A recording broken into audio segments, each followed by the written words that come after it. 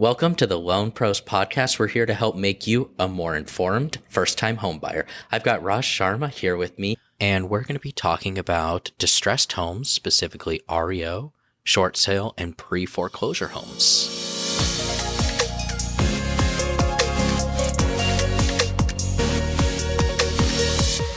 He's a veteran of the 2008 housing crisis, a current real estate agent with Legacy Homes Realty. His DRE license number is 01886334. And Raj, welcome. Thank you, Phil, for having me on your show. Yeah, I'm really excited because you and I have talked about this. It's like an alternate way of buying homes or different types of home sales, and sometimes you can get them at a lower price. Can you tell me a little bit about your time in 2008? What was it like?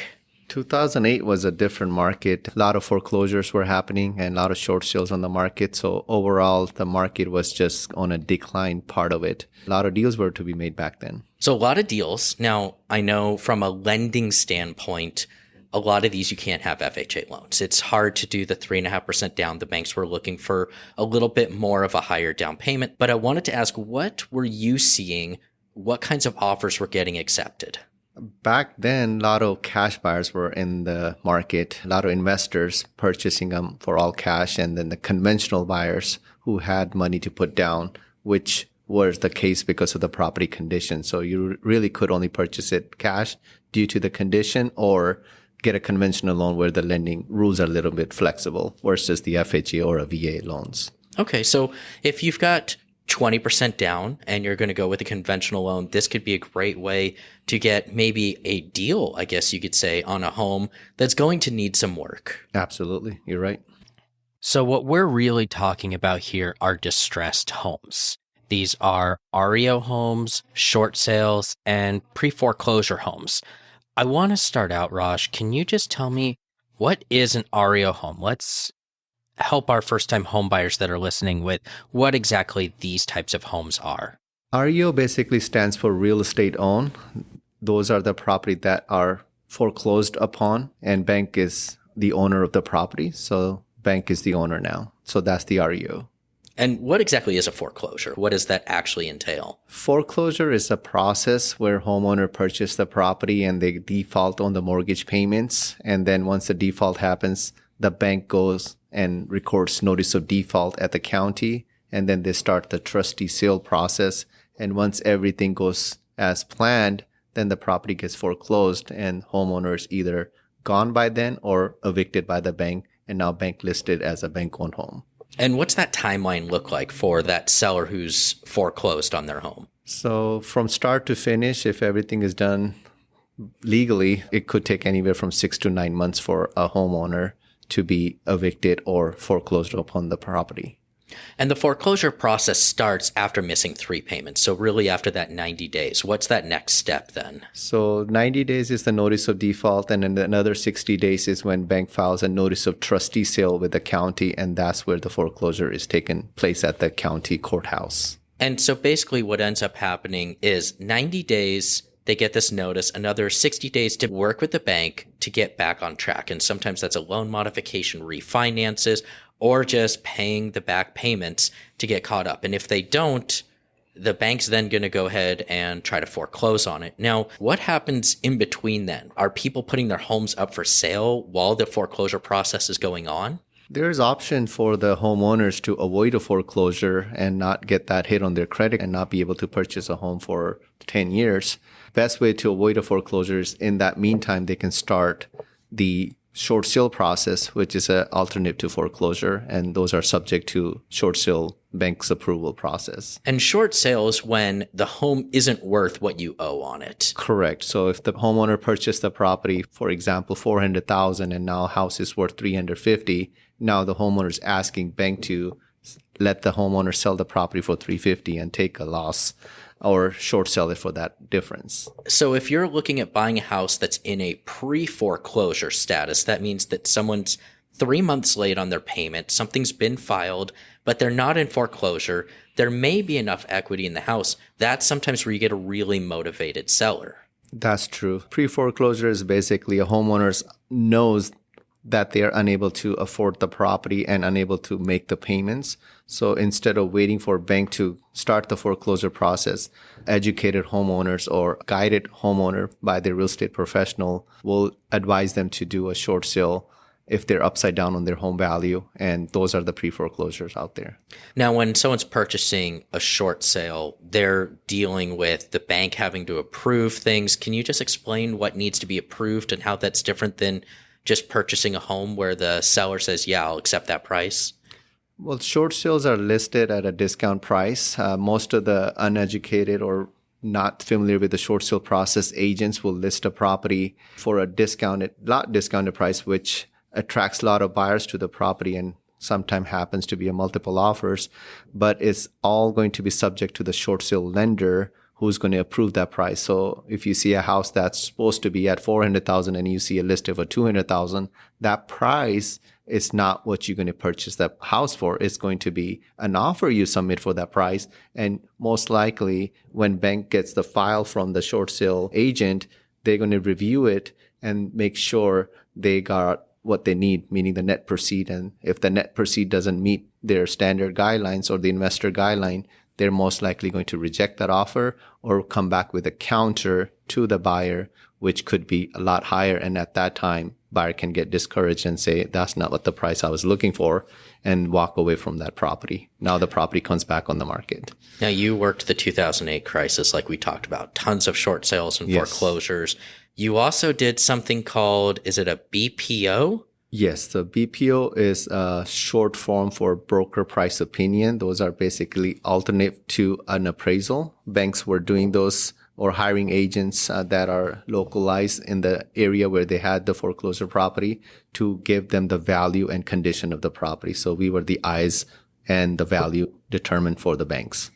And the reason why I ask that is when you are a buyer and you're looking at some of these foreclosed or short sale homes and the price is just too good to be true, you really want to make sure you've got an agent who understands what the actual value is, not only just what it should normally be sold for, Right. but what a bank or someone who did a BPO would have said the value of the home, because that's going to help influence what they'll accept. Absolutely. So banks there to sell the property fast as they can because it is a liability on their books, and vacant properties are also a big stress for them to have. Best way to get those properties sold is take a discounted offer.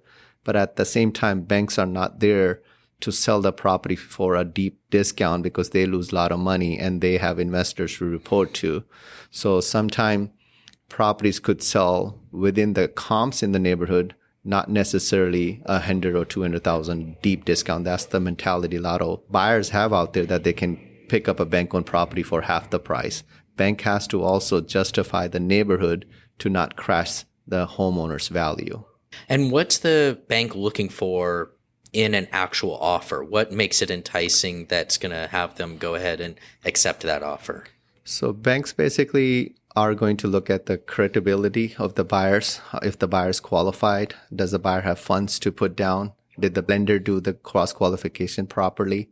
And does that meet their investors' net proceeds? That we won't know till the offer is made and bank has submitted to their asset manager to review the offer and then come back with a counter or acceptance, which can take about 7 days. In that overall process of buying that kind of home, how long does that actually take? So the REO, bank-owned property, are not long as short sale process. They can take anywhere from 30 to 45 days. So 4 to 6 weeks, you could have that property as your own property from start to finish. And then from a short sale standpoint, how long do those normally take? So short sale is a lengthy process. The term short sale is not short process, meaning to purchase a property. It's the upside down on a home value term. Short sale, you're selling it under the market value to have bank approve it. So the process can take anywhere from 60 days for a bank to approve the offer all the way to 12 months. So I have closed short sales back in the days, anywhere from 60 days to 12 months, depending on the bank you're working with, how many liens does the property have, and how many creditors you're working with to satisfy and have them also take the loss on the liens. Now, one of the things that we are expecting to see, and we're in Q4 of 2022, so we're kind of in the late months of 2022. We are expecting that possibly some people who overpaid for homes over the last several months, putting offers $100,000 over appraised value, things like that, when the market was just crazy. We are expecting to see some of those people do short sales or foreclosures. So do you estimate or predict that we're going to see more of these on the market? That's true. So the people who are overbidding on a home just to get a home or the offer accepted, we are seeing market changing because of the high interest rate today. And there are pre-foreclosure properties out there for sale. If you were to call me today and say, hey, Raj, in Riverside County, could you look up the pre-foreclosure? I can very well jump on the MLS and tell you how many pre-foreclosures are listed for sale. Just today, before coming to this podcast, I looked online on the MLS. In Riverside County alone, as of right now, today's date, there are 8 short sales listed in the Riverside County. 7 homes are short sale listed in San Bernardino County. 6 short sale homes are listed in San Diego County. 4 homes are listed in Orange County. That's a total of 25 short sale homes for sale in 4 nearby counties, Phil. And list is only going to grow from now on. And I remember we looked at this almost exactly a year ago, and there were 0. Maybe there was 1. And the reason for that is that the values of homes in the last 3, 4, 5 months have not gone up, and people who need to move or have changed jobs or lost their jobs and have to sell their homes, they're now finding that their home's not worth what they purchased it for, or they put such a small down payment down that the fees to sell it, their house end up making it a break even or less. That's true. Back when we looked at short sales in the area, like you said, 0 to 1 were available. That was also due to the fact the pandemic, lockdown, and government having no evictions, no foreclosure moratorium that froze foreclosure process for the banks for the last 2 years. And now that has been lifted. So banks are now getting aggressive again. And now those homes are going to be foreclosed upon, and you'll see more and more on the market. In your experience, when someone is looking at buying a short sale or an REO home, what kinds of issues are they coming across within the houses themselves? So those are distressed properties. So you're going to see lack of maintenance and deferred maintenance on those properties. You could be walking into a home and see appliances missing because those homeowners are upset at the situation or upset at the bank not working with them. So you could see them trying to make some money somewhere. So I have seen properties where I walked in where the entire kitchen, appliances, cabinets, counters, and everything is missing, even including the doors. So as of today, if you walk into a short sale or a bank-owned home, you will see some kind of maintenance or work needs to be done, which you got to be ready as a homeowner to know those are going to be your responsibility after closing. So be ready for those extra repair costs on top of your down payment, on top of your closing cost. So deferred maintenance is a key. Also, you need to check with your lender. Do they finance on those property? Because you thinking as a FHA buyer or a VA buyer going into a property that needs a full rehab might not be the house for you. That's where the professional, licensed, experienced real estate agent come in handy. They know what the banks are looking for, what the appraiser is going to look for. So you don't waste your time writing an offer, working the process for 2 weeks, and then later finding out you can't buy this house because lenders' guidelines are different on this type of homes.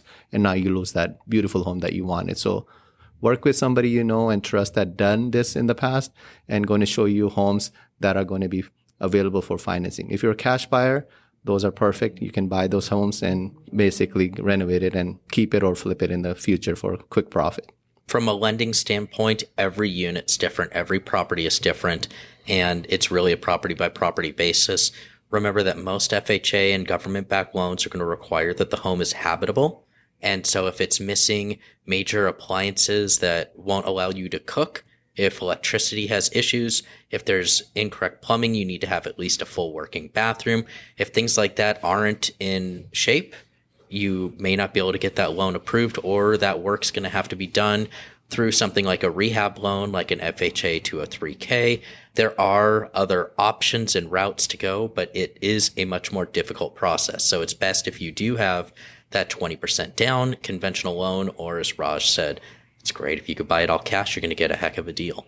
And also, just to point out on that, Phil, When you're buying a distressed property, for example, mostly a short sale or an REO, utilities are not turned on those property if they're vacant. So if you have an appraiser who needs to test the hot water to make sure a property is livable condition or check the appliances, if the utilities are not on, those inspections can't be done. So you as the home buyer would need to turn those utilities on under your name so the inspection by the appraiser can be done and you can get the loan for that property. So there's definitely risks involved with purchasing these types of homes. What do you think the biggest risk is in buying a short sale or an REO home? So the biggest risk is not getting the property that you spent money into it. So if you do a home inspection, that could cost you anywhere from $300 to $600 depending on the scope of the work. And also if you're in the process long enough and you had paid for the appraisal, which could be anywhere from $600 to $700, you're talking close to $1,000 to $1,100 to later find out that your property that you're buying is not qualified for you to purchase, and now you're out of pocket for those costs. And also those properties are sold as is. So the big risk is doing those renovations yourself or hiring a professional to do those work for you. And that comes with the price tag. Obviously, there's risks and there's rewards. So what is the biggest advantage to buying a distressed property? The advantage will be finding the property at a discount price where you are paying less than the retail market value. And now you are happy to do those renovations yourself. So your sweat equity will come in place and reward you later. When you're looking with buyers and they're looking at distressed properties, what are the things that you're personally looking for and advising your clients on? So when I take my client to any property, I am actually their eyes and looking at properties for the condition and any deferred maintenance. So those things are important to find out during the first visit to the property. So as a first-time home buyer, you may not know what appraiser is looking for. You may not know what the home inspector is going to look for. You may not know what needs to be done to qualify for a loan. With my experience and knowledge that I've been doing this for many years, I am actually pointing out things, positive or negative, to my buyers walking through those property. That way they're familiar. Okay, well, Raj, you're right. If this property does not qualify for a loan, why would I want to put an offer? If the property is sold as is, seller strictly telling upfront, I don't have the budget on short sale to fix any repairs. Don't ask me for any type of repair or credit. Then that's not the property for you, especially on an REO property where banks are just there to sell the property at discount. They're not going to come in escrow to do those repairs so you can qualify for a loan. So my main goal to do is to do due diligence with my clients to make sure the property is in a good livable condition. Doesn't have to be perfect. Little TLC can be available that homeowner can do later, but major ones I'm looking for. Make sure there's no dry rot. Make sure there's no termite droppings or damages or AC unit missing. That was the one main thing back in 2008, 9, 10. A lot of AC's units were stolen from the backyard, and that could be a big no-no to the appraiser. Heaters were missing. So heating is one of those state laws that you must have to get a loan. So those are the things that I look for in a property to make sure those things are attached to the property and is still in a working condition. Most of our listeners are first-time home buyers, and so they don't have the experience of walking through homes and just knowing that these are the kinds of maintenance items and maybe what's most expensive. What kind of just common mistakes, though, have you seen with buyers when they're purchasing these distressed properties? So the major issues that I see with the first-time home buyers are they're just too excited to get a deal on a property and overlook at things that are very important for a lender point of view. So for example, on an FHA, they are looking for a heating working, hot water working, smoke alarms, carbon monoxide detector must be in a home, and also a stove for a cooking. So if those things are missing and not there present, I want my buyer to be aware that if appraiser calls those things out, call the lender conditions in middle of escrow, are you as a buyer ready to spend out of pocket to go ahead and buy those items and put it on the property that you don't own? And I have done that with my clients in the past, make the deal happen. Yep, you and I have definitely installed a microwave and fixed some fences. FHA wants you to be able to move into a home that's habitable as is. And when you're looking at some of these homes, they could be missing some core things that make it livable. Raj, thank you so much. That is some amazing information. And I think it's really important to consider all of your options. These distressed properties, REO homes or short sales, or even pre-foreclosures, they're all different ways that you might be able to purchase something at a little bit of a lower price, though there is that risk involved. What would be the first step someone should take when they are thinking about buying an REO short sale, pre-foreclosure type distressed home? The first step someone should do is reach out to a professional licensed real estate agent who's been around for a long time and who has done this many, many times. It's not an easy process. It sounds easy. It sounds like a deal, but you want to work with somebody who can guide you and coach you and work with a lender who knows what they're doing. Those are the key points that you want to have available to you, and call an agent who is short sale specialist like myself, who has done REOs in the past, who has done bank broker price opinion called the BPO. So if your listener wants to reach out to me for any other questions or help them find the properties out there that are distressed or a deal out there, they can reach me on my cell phone direct. Happy to get their call. My number is 951-314-4251. Or they can email me anytime at Raj, R-A-J, at legacyhomesrealty.com. Well, thank you, Raj. And guys, definitely take advantage of that. If this is something you're thinking about, or you just want to pick an expert's brain, he just gave you his direct number. And Raj, thank you so much for giving that information out, and look forward to having you come back on to share more knowledge. Thank you, Phil, for having me. It was a pleasure.